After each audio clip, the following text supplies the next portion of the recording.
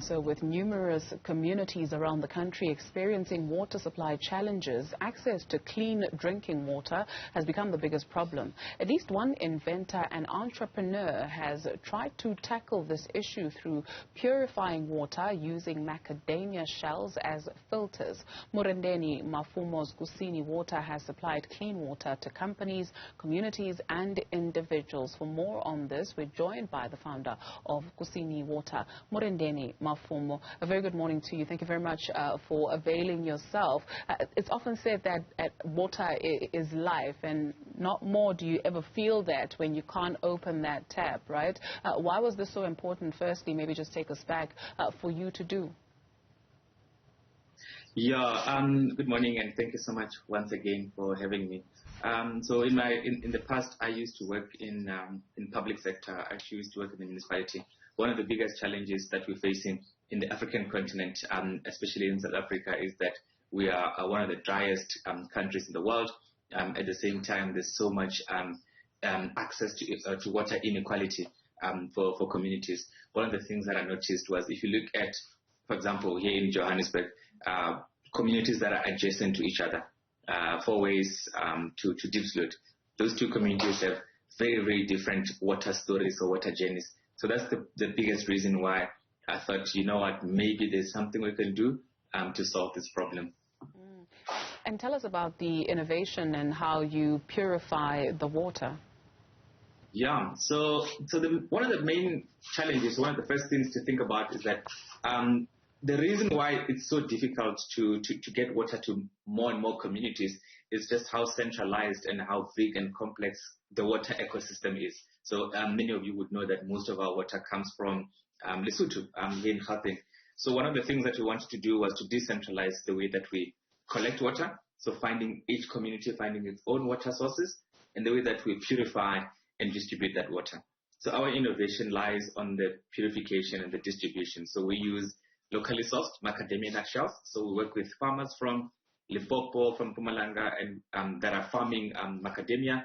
We use the shells as input material, as well as nanofibers that we get here in South Africa, to purify that water at as localized scale as possible, meaning that we try by all means to make the cost of bringing a new water project to be as low as possible, and distributing that water at a localized scale using as much solar power as possible.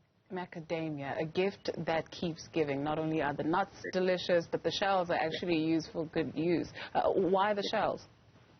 So globally, one of the best practices is coconut shells, for example. In other areas where there's a lot of coconut, like in India, in most subtropical regions, the other alternative is coconut.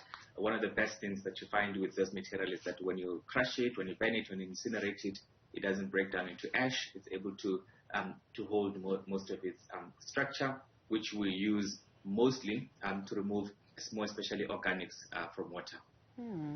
You are also extending an opportunity through the program to young South Africans to not only enter into the space but get a qualification. You've made a call from April to December.